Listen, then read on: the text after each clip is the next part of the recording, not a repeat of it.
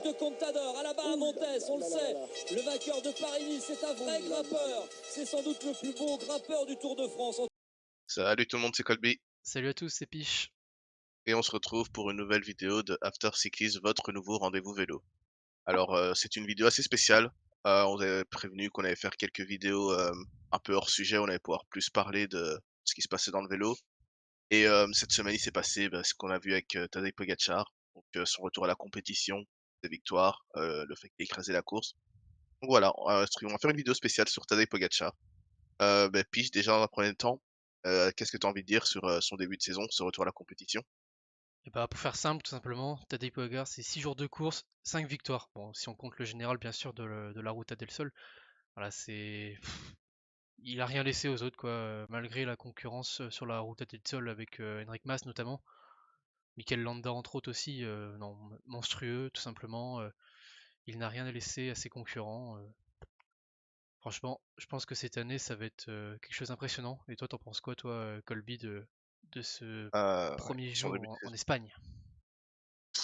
En fait, je suis déjà blasé parce qu'on est en février et il remporte déjà tout aisément, donc c'est c'est compliqué. Je suis content parce qu'on a un grand champion dans le cyclisme, mais en même temps, je suis blasé parce que on sait déjà qui va gagner et derrière, forcément, ça roule pour faire 2 à chaque fois et c'est pas pareil.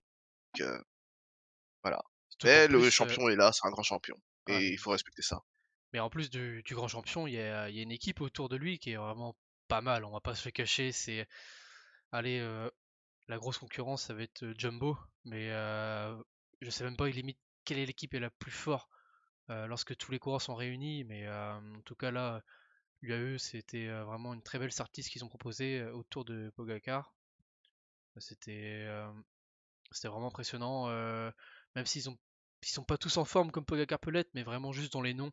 On peut voir du Covid, du Bennett, du Maika, du Tim Wellens, qui était assez en forme en ce début de saison là, comme chaque année quasiment. Voilà, franchement, son équipe est très très forte sur le papier, et quand on a un Pogacar en plus qui est au top déjà dès le début de saison, ça enchaîne quoi. Ça.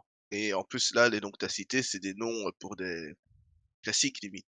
À part Maïka qui est vraiment un pur grimpeur, les noms que tu as cités sont des gars qui vont l'accompagner sur des courses, on va dire de seconde zone. T'as même pas eu à citer Adam Yates, Jay Vine, Joao Almeida, Juan Ayuso.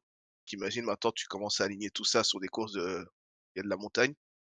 On verra plus tard son programme et les courses qu'il va faire cette année, mais il y a de quoi jouer avec son équipe. Et tu parlé de Wellens qui est en forme aussi ce début de saison, mais c'est intéressant parce que souvent, Pogacar était tout seul à remporter ses courses dans son équipe. Il y avait personne d'autre pour, faire le boulot. Cette année, il y a Wellens qui s'occupe de faire le travail. Quand il a une opportunité, il la saisit, donc c'est cool. Kovi a essayé, il a eu sa carte. On a vu Pogacar rouler pour lui, sur le sprint, de la dernière étape. Limite, j'avais envie de voir Pogacar sprinter parce que bon, on savait très bien qu'il allait gagner et Kovi fait genre top 5. Franchement, Pogacar à ce niveau-là gagne tout, enfin rafle tout et même pas des choses comme ça, hein. Voilà, quoi. Ouais, Kovi sur la course, là, sur la dernière étape, il fait deuxième. C'est vrai que Poga, sur ce genre d'arrivée, il aurait pu très bien la gagner, hein. Franchement, c'est C'est pas mis à 4 jours de part, course qui l'ont fatigué, quoi. non, c'est sûr. Sur ces jours de, sur la route del Sol là, et à la rigueur la troisième étape, il peut la gagner aussi s'il échappait pas au bout. Et la dernière aussi, il aurait pu faire clairement un 5 sur 5. Ça. C'est trop facile. Et en plus, il faut préciser la 3e étape qu'il gagne pas, c'est parce qu'elle a été tronquée, hein. Donc ouais, il aurait pu faire un 5 sur 5 et si on compte la classique juste avant, un 6 sur 6, quoi, donc c'est le début de saison, il a fait 6 jours de course, il est déjà à 5 victoires en comptant le général. Jusqu'où il va aller, en fait. Bah justement, je pense qu'on peut regarder son programme de la saison. Bah, Ouais, jusqu'à hier, apparemment, il était prévu sur les Stradés, mais finalement, non. Apparemment, il ferait que, entre guillemets, Paris-Nice, pour viser bien sûr la victoire. T'en penses quoi, toi, qu'il ne fasse pas au final les Stradé Bianche, vainqueur en titre, hein? vainqueur en titre, mais c'est impossible de faire Stradé Paris-Nice. La course de Stradé Bianchi est trop compliquée. Physiquement, elle demande beaucoup d'efforts et même si c'est Pogacar où on se dit qu'il peut, entre guillemets «se retenir» et juste faire un sprint à la fin et puis aller après sur Paris-Nice, je pense pas que ça aurait été optimal. Surtout que sur Paris-Nice, bon, faut quand même respecter les adversaires. Il y aura du Gueugard, il y aura même, par exemple, il y a du français, on peut citer Kevin Bauquin qui est pas mauvais en ce début de saison. Et surtout Paris-Nice, c'est une course où on sait très bien qu'il y a des bordures toujours sur les premières étapes, où même les étapes de montagne sont compliquées parce que ça roule fort. Donc voilà, ils respectent la course au moins, donc c'est sympa et ça en fera plus pour les autres sur Strade Bianchi aussi. Tu penses pas plutôt que son absence soit due peut-être à un problème logistique que physique? Parce qu'on pense bien sûr la course du samedi, prévoir le déplacement pour après aller en région parisienne le dimanche. Peut-être il y a ça aussi qui pèse un peu peut-être au Heu, final. oui, c'est possible aussi. Après je sais que, c'est possible de faire les 2 courses, l'une après l'autre. Nibali l'avait déjà fait, en 2019 ou 2020, vérifier. Maintenant, c'est impossible d'arriver à 100 sur Paris-Nice en ayant fait le Stradé et notamment à cause de la logistique qui te fatigue quand même mine de rien. Donc voilà. Au moins ils se donnent les moyens d'aller sur Paris-Nice et de gagner et tant mieux parce que voilà, mine de rien, Pogačar en début de saison, il gagne beaucoup de courses, mais au niveau World Tour, sur des courses par étapes, il n'a de souvenir que Tirreno qu'il a gagné l'année passée. Et ce serait bien aussi qu'il grandisse un peu son palmarès en fait sur ces courses-là. On sait que c'est un coureur par étapes, donc même s'il perf super bien sur les classiques, on sait que c'est un coureur par étapes. S'il pouvait gagner 2 courses qu'aller juste, Tirreno tous les ans et faire le même programme tous les ans, Et ben, l'UAE aussi, il a gagné aussi sympa. l'UAE. Oui, c'est vrai, l'UAE, Et qui est aussi le Grand Tour maintenant. bon, on le compte pas, mais il y a le Tour de Slovénie aussi qu'il a emporté à domicile juste avant le Tour. Et Ça, voilà. Mais c'est vrai que Pogacar, ce qui me dérange un peu pour le moment, c'est qu'il y a tout le temps le même programme tous les ans. C'est cool, c'est sympa aussi pour avoir un certain ordre, mais aussi ça montre pas vraiment que tu te mets en difficulté aussi dans ton choix de course, quoi. On sait que Pogacar veut tout le temps faire la Volta chaque année, mais qu'après chaque Tour de France, il dit: «Je suis fatigué, je peux pas y aller, c'est trop physique». Donc voilà, c'est bien aussi qu'il change de programme de temps en temps, qu'il découvre de nouvelles courses. Il est encore jeune, donc c'est le moment de le faire, tu encore ton reste de rouler et Paris-Nice serait une belle découverte pour lui. tu penses pas que son planning va être quand même assez chargé? Parce que oui, après, on prend en compte qu'il est jeune encore, qu'il a eu peu de pépins physiques malgré le fait qu'il chute souvent. Mais là, il a un très bon programme, hein. Il va faire Paris-Nice du coup, Milan-San Remo. Il va passer ensuite sur les Flandriennes, il fait à travers la Flandre, le Rhône. Il va aller sur les Ardennaises, donc les trois Ardennaises. Et après peut-être une coupure, mais ouais, ça va être un gros programme là jusque mi-avril. Tu penses pas que ça va être la goutte d'eau qui va faire déborder le vase entre guillemets? Heu, non, je pense pas. Il a peut-être commencé un peu plus tôt sa saison, mais au final, les courses en Espagne étaient près de là où il se préparait. Heu, je pense pas que ça va changer par rapport aux autres années. Je pense qu'en comptant les jours de course, on doit être vers 30-40 jours de course, donc c'est la route classique d'un leader, pour aller vers le Tour de France. En plus, on connaît, Pogacar qui va souvent sur le Tour de Slovénie plutôt que sur, le Critérium ou le Tour de Suisse pour, justement se mettre en jambes, à son rythme et aussi peut-être pour mettre en avant aussi son Tour national. Donc dans un sens comme dans l'autre, le programme est pas super, chargé, je trouve. C'est c'est un programme classique et il arrivera en France, ben, très frais et fera ses performances, auxquelles il nous habitue chaque année, en fait. Maintenant, là où peut-être qu'il y aura plus de difficultés et je pense qu'on va en parler, bah, de suite, c'est les adversaires potentiels qu'il va avoir sur les différentes courses. Parce que, si là sur la Ruta del Sol, on a parlé de Enric Mas, Mikel Landa ou même Santiago Buitrago qui était très bon, hem, c'était pas la grosse concurrence et on va en parler tout de suite des prochains adversaires de Pogacar sur, les courses qui vont arriver. On peut déjà commencer avec Vingegaard. Comment tu situes le duel Vingegaard-Pogacar en 2023? Soit sur, Paris-Nice ou sur le reste de la saison avec le Tour de France qui va arriver? C'est compliqué de dire, hein, Vingegaard, on sait qu'il est pas très en forme le reste de la saison comparé à ce qu'on a pu voir au Tour de France. À la rigueur, j'aurais pu dire que son plus grand ennemi, au final, c'est le collectif de la Jumbo. On a bien vu au Tour de France, c'est le collectif de la Jumbo qui l'a ruiné. Qui... Et donc là, on pense bien évidemment que la Jumbo va peut-être faire quelque chose, hein. L'année dernière, ils ont fait déjà un coup de maître, la Jumbo sur la première étape, ou la deuxième, je ne sais plus. Avec la victoire de Christophe Laporte, ils ont attaqué tous les trois, c'était vraiment les trois coureurs les plus forts. Et non, franchement, là, la Jumbo est pour moi le premier candidat pour Pogacar. Je pense pas que Vingegaard puisse l'embêter dès début mars. J'ai du mal à le croire. Ok.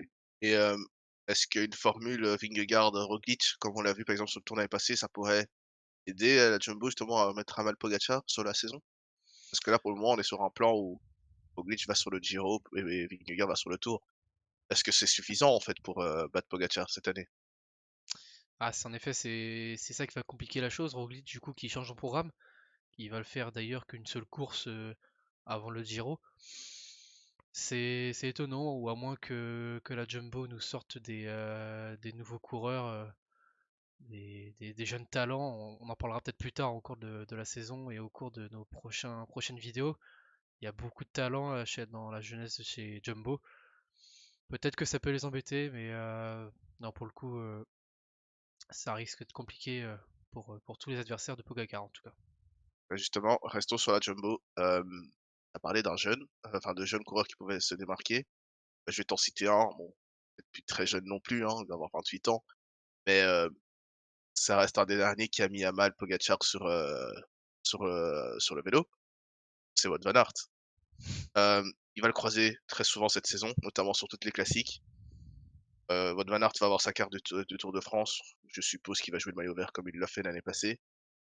C'est être lui le facteur X cette fois pour piéger encore Pogacar sur le Tour de France ou même sur toutes les autres courses de la saison. Plutôt, je pense, sur toutes les autres courses de la saison. Van Aert, au bout d'un moment, je pense qu'il a réussi à prouver sur le Tour de France qu'il était très très fort. Mais là, je pense qu'il va y avoir beaucoup d'objectifs pour route. À Milan-San Remo, à travers la Flandre, le Ronde, Paris-Roubaix, et peut-être même plus. On ne sait pas s'il peut participer à l'Amstel, la Flèche, ou même Liège-Bastogne-Liège. Il peut tout gagner lui aussi, hein. Donc, on a bien vu qu'en forme, il pouvait faire péter Pogacar en montagne. Donc qui sait que sur une course d'un jour, il peut aussi être plus fort que lui. Et en plus de Wout van Aert, il y a Mathieu qui va nous faire, je pense, une très belle saison. Donc ouais, il va y avoir une très grande bataille à 3, peut-être à plus, avec d'autres personnes comme Pitcock aussi notamment. Mais ouais, je pense qu'il va y avoir concurrence pour Poga sur ses prochaines courses. Ça.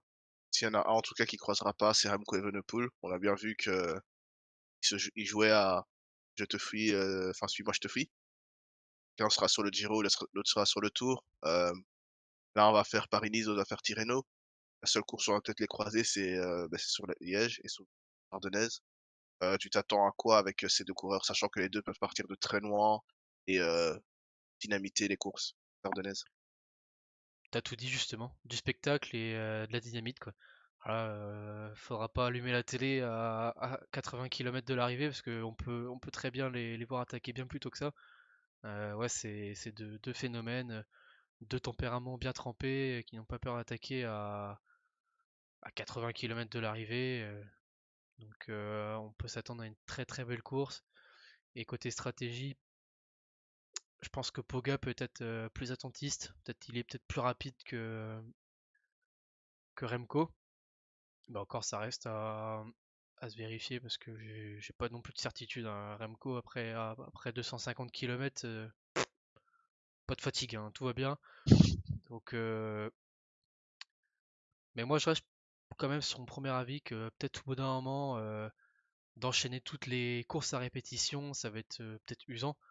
On sait que beaucoup de coureurs préfèrent aussi mettre une petite coupure et puis après réaxer leur saison sur certains types de courses. On peut voir notamment Alaphilippe, il va faire un peu moins de courses au final que prévu. Et lui, Poga, il enchaîne Paris-Nice, Milan-San Remo à travers la Flandre, le Tour des Flandres. Et direct après, 15 jours plus tard, il va sur toutes les Ardennaises. À voir si physiquement il va pêcher. Euh, on voit des coureurs justement comme Alaphilippe, ils craignent justement de ne pas être en forme pour certaines courses et donc ils se ménagent un peu, ils font moins de jours de course. Poga pour l'instant ça tient parce qu'il est jeune, qu'il est en pleine forme. Peut-être qu'un jour ça va flancher, hein. C'est vrai qu'il y a une course qui n'est pas à son programme cette année, c'est Paris-Roubaix. Est-ce que tu as un petit pincement au cœur de pas le voir sur Paris-Roubaix cette année ou tu te dis que ça peut arriver les prochaines années et que c'est pas si grave? Parce que là, on est quand même face à un Pogacar qui est, on va dire, enfin, on sait pas où est son prime, mais j'ai envie de dire que là, il a atteint un niveau, il a jamais été aussi bon. Est-ce que ça te fait un petit pincement de ne pas le voir sur Paris-Roubaix cette année? Bah, je pense pour le coup, il a peut-être aussi un peu réfléchi et se dire que ça pouvait être la course de trop. Parce que par rapport à son calendrier, voilà, c'est quasiment plus de 250 km qui viennent s'intercaler à moins de 2 semaines des Ardennaises. Donc je pense que ça va peut-être lui poser un peu de problème au niveau de fraîcheur. Mais c'est vrai que pour le coup, pour la course et pour le suspense, ça peut manquer à cette course, hein. On l'a bien vu sur le Tour de France, lorsqu'il y a eu la course des pavés, il était le plus fort du peloton, hein. C'est un peu le ressenti que j'ai eu, c'est que certes c'était une étape pavée du Tour de France, donc qui était beaucoup plus courte et avec des secteurs peut-être moins compliqués, qui n'avaient pas les gros secteurs 5 étoiles qu'on connaît de Paris-Roubaix. Mais j'ai envie de dire que ça, limite, c'était à l'avantage des autres grimpeurs qui étaient présents sur la course plutôt qu'à Pogacar, parce que Pogacar, on l'a vu, il sait tenir 300 km une course. Donc voilà, c'est pour ça que voilà, moi j'ai un peu ce sentiment de vas-y, fais Paris-Roubaix tant que t'y es, tant que t'es sur un programme avec des Flandriennes, pas sur Paris-Roubaix. Maintenant, je peux comprendre qu'il veut aussi aller sur les Ardennaises, mais tellement, enfin, on peut aussi transiter sur son équipe. Quand on voit l'équipe qui le rase, par exemple, sur les Flandriennes et l'équipe qui le rase sur les Ardennaises, limite, je me dis qu'il y a d'autres personnes qui pourront faire son travail sur Liège, sur l'Amstel, sur la Flèche, tandis que pour les Flandriennes, c'est pas très beau pour le moment. C'est un Trentin est encore leader, je pense. À voir comment la hiérarchie se dessine avec un gars comme Wellens qui vient d'arriver, un passe-partout comme Kovi, peut-être qu'on peut ajouter. Là, de tête, il y a rien d'autre qui me vient en fait en termes de corps de Flandrienne. Donc voilà. Tu en penses quoi un peu de son équipe et de ce qu'il va avoir sur les classiques? Son équipe, je pense qu'il peut en avoir besoin jusqu'à 50 km de l'arrivée, et puis après, ouais, il le fait lui tout seul, hein. Il se place tout seul, il a jamais vraiment besoin d'être protégé à 100% jusqu'à un moment décisif de la course. Moi, je pense pas que son équipe joue non plus un rôle très décisif comme peut jouer certaines équipes dans le passé. On peut voir par exemple que Quick-Step à l'époque, c'était une course plutôt tactique.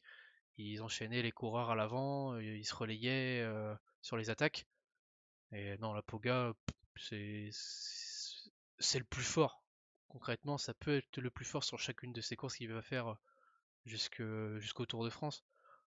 Euh, Après, à voir si dans son calendrier, il va plutôt optimiser un pic de forme sur les Flandriennes ou sur les Ardennaises. Toi, t'en penses quoi, toi? Est-ce qu'il va être capable de réaliser au moins un doublé, c'est-à-dire un doublé, une victoire sur des courses flandriennes et une victoire sur les Ardennaises? Est-ce que tu penses qu'il en est capable?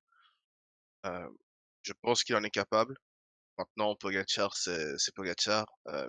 Il sera forcément surveillé, mais je pense pas que ce soit le problème pour Pogacar, on va pas se mentir. L'année passée, sur le Tour des Flandres, il était pas mauvais. Il a, il allait gagner la course en fait. Enfin, il a eu son sprint raté où il lance trop tard et il se fait bloquer. Maintenant, sur les Ardennaises, à voir s'il arrive frais. L'année passée, il a pas pu finir la campagne d'Ardennaise parce que justement, il était trop cramé. Donc, on verra ce que ça donne. Je pense qu'il peut y arriver à terme. Pour le moment, peut-être déjà finir son programme complètement et ne pas skip certaines courses qui sont prévues. Mais on a parlé aussi du fait justement que on va attaquer à 50 km à toutes les courses. Est-ce que justement il jouerait pas un peu plus sur la retenue à certaines courses et plus attendre un sprint qui peut gagner en évaluant ses adversaires, tandis qu'au lieu de justement faire ses attaques tout le temps à 50 km et gagner. Peut-être plus sur les Ardennaises, je pense. Liège-Bastogne-Liège notamment avec son nouveau parcours. C'est Oui, c'est propice aux attaques de loin, mais pas non plus à 50 ou 60 km.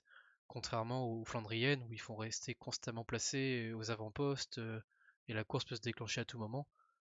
Je pense que ouais, pour les Flandriennes, c'est plus compliqué, mais les Ardennaises, de toute façon pour la flèche, on connaît très bien, c'est une course de côte, il n'y a pas forcément besoin de partir de loin. Liège, ça se décompte en général à 30 km de l'arrivée. Et l'Amstel, c'est pareil, hein, si son équipe décide d'avoir un sprint, il peut très bien y avoir un sprint, hein. c'est vrai. Et quelque chose que j'ai aussi envie d'ajouter, peut-être que tu t'y connaîtras un peu plus que moi. Hem, Ils ont un nouveau vélo Colnago cette année, un vélo qui est bien plus, passe-partout que leur ancienne édition. Ils ont également changé, leur, sponsor au terme des enfin, pour les roues et parce qu'ils avaient souvent des problèmes. On voyait, par exemple, sur le Tour de Slovénie l'année passée, Majka, Pogačar qui, se plaignaient un peu de leur équipement, de leurs roues, enfin, il y avait tout ce problème-là. Je pense que sur la classique Jean Parisot ou bien alors c'était sur une victoire d'il y a eu sur la rotation, je me rappelle plus du tout, mais Pogačar a une crevaison à un moment, tout seul devant. Il a perdu, je pense, 30 secondes. Hem, Est-ce que le facteur justement crevaison est quelque chose à prendre en compte pour, les succès de Pogačar dans le sens où s'il part tout seul au bout d'un moment et qu'il y a Van der Poel dans sa roue, il y a Van Aert dans sa roue, il y a Remco dans sa roue, sur, enfin indépendant de la course forcément, mais il se retrouve justement avec une situation où il a une crevaison, il y a personne derrière lui comme équipier, il doit attendre une voiture et il perd du temps et limite il perd la course. Quoi tu penses, toi? Ah, comme tu l'as dit, hein, c'est le facteur chance. Ça, c'est vraiment les aléas, hein, c'est impossible à déterminer et à prévoir. C'est au petit bonheur la chance, hein, c'est vraiment. Si tu crèves pas, tant mieux pour toi. Et si tu crèves, t'as que tes yeux pour pleurer en espérant qu'il y ait un mécano qui soit dans le coin ou que ta voiture soit au point là pour te dépanner. C'est, c'est comme ça, hein, c'est vraiment pas évident et difficile à gérer. Ça va. Bah, du coup, prochaine course de Pogačar, Paris-Nice. On sera au taquet devant nos écrans, hein. Bien sûr. D'ailleurs, ton petit pronostic là sur toutes ces courses à venir, est-ce que tu penses qu'il va. Je veux t'écouter simplement, savoir s'il va gagner, notamment Paris-Nice, le Tour des Flandres et le triplé des Ardennaises. Bah, Paris-Nice, sans problème. Même si à Vingegaard, on l'a vu l'année passée sur le Tirreno, il y avait Vingegaard, bah, Vingegaard était plus au niveau des autres grimpeurs que de Pogačar.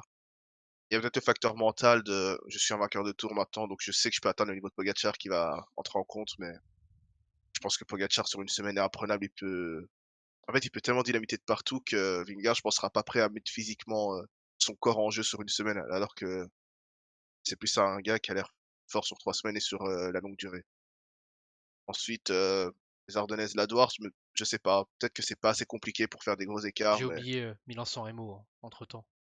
ah oui, Milan-San Remo, course aléatoire. Honnêtement, enfin, tout le monde peut gagner Milan-San Remo et je Mohoric l'a gagné l'année passée avec une descente de fou. Pogačar peut le faire aussi, mais on connaît, hein, le Poggio, il décrochera personne. Il peut attaquer 4 fois, 5 fois, comme il l'a fait l'an passé, il décrochera personne. Heu, à voir, il y a le sprint derrière, il peut faire un gros sprint, hein, on connaît Pogačar et on sait très bien que son sprint est redoutable après 200 kilomètres. Mais je pense pas qu'il gagnera Milan-San Remo. Il est beaucoup trop attendu, beaucoup trop surveillé. Ensuite, voilà, donc les Flandriennes peut gagner le Ronde. Heu, bon, je me dis que c'est un peu trop simple pour lui, que ça va être dur de faire des écarts et qu'il y aura des meilleurs sprinters qui seront là. Mais pour le Ronde, j'ai aucun souci là-dessus. Ensuite, ben, moi je garde dans un coin de ma tête que s'il va sur Paris-Roubaix un jour, il le gagne.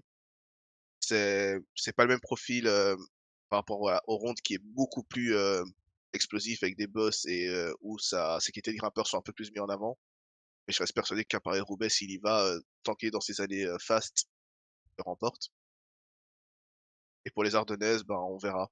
Parce que il est mine de rien, il est pas super transcendant, pardon, sur, les Ardennaises. J'ai toujours cette statistique, que je ressors quand il va sur la Flèche Wallonne, c'est qu'il finit toujours derrière Warren Barguil, alors que Warren Barguil joue les 10e places sur la Flèche, par exemple. C'est un peu l'anomalie que j'ai avec Pogacar, c'est qu'il est hyper bon, il est hyper explosif, il fait mal à tout le monde, mais il arrive pas, par exemple, à gravir le mur de Huy, quoi. Et pour le reste, ben, Liège-Bastogne-Liège, vu que c'est une course de côte bien compliquée, il peut la gagner forcément. Mais ouais, donc je pense qu'il ira sur au moins, allez, je pense que les 2 monuments, il les aura. La Tour des Flandres et Liège-Bastogne-Liège. Et toi? Et ben moi, ça va être la grosse cote. Je pense qu'il va juste gagner Paris-Nice. Et après, il ne gagnera à rien du tout. Voilà. Ah ouais? C'est. Ouais, je le. C'est trop beau de le voir gagner. C'est la facilité. Voilà, j'ai envie de me compliquer la chose. Ah là, je m'imagine bien un Milan-San Remo, un sprinter qui s'impose, comme un Arnaud Delis par exemple. Arnaud Delis, je le vois ne pas se lever de la selle dans le Poggio et gagner le sprint derrière. Caleb Ewan Euh, aussi. ouais, Caleb Ewan, ça fait tellement d'années qu'on en parle, là, ça devient tragique, hein, mais bon. Ensuite, le Ronde, non, je pense que ça va se jouer entre du Alaf, du Wout van Aert et Mathieu Van Der Poel. Ensuite, l'Amstel, la Flèche et Liège, c'est pareil, avec arbitré par Remco. Mais j'ai du mal à le voir gagner. Et puis voilà, mon point sur la table, je pense qu'il ne va gagner aucune de ses courses hormis Paris-Nice. Très bien. Bah voilà, rendez-vous la semaine prochaine pour voir Paris-Nice et vraiment voir si Pogacar fait tout péter dès la première ou si il attend la dernière. Bah, d'ici là, une vidéo sortira prochainement avec le récap du mois de février. En effet, Avec voilà, je pense qu'on en fera un zoom spécial sur le Newsblad qui sera la première classique World Tour où on aura quelques premiers enseignements. Et voilà, d'ici là, portez-vous bien. Ciao, ciao. salut!